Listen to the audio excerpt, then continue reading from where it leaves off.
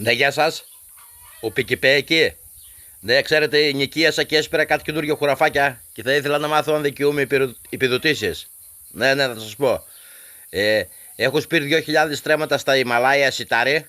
Ψηλά τέρμα πάνω στην ψηλότερη κορυφή εκεί στο Everest. Να τα βλέπω ήλιος. Ναι, ναι, δικαιούμαι. Δικαιούμαι κανονικά, Ωραία.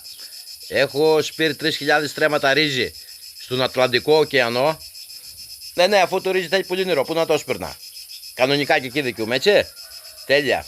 Και έχω σπείρει και 5.000 στρέμματα βαμβάκι στον πλανήτη Άρη.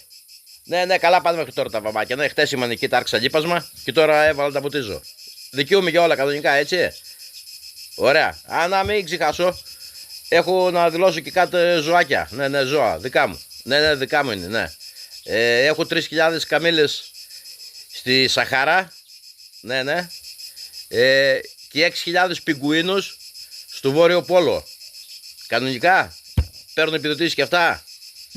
Έγινε. Ευχαριστώ, να είστε καλά. Μια χαρά δουλεύετε.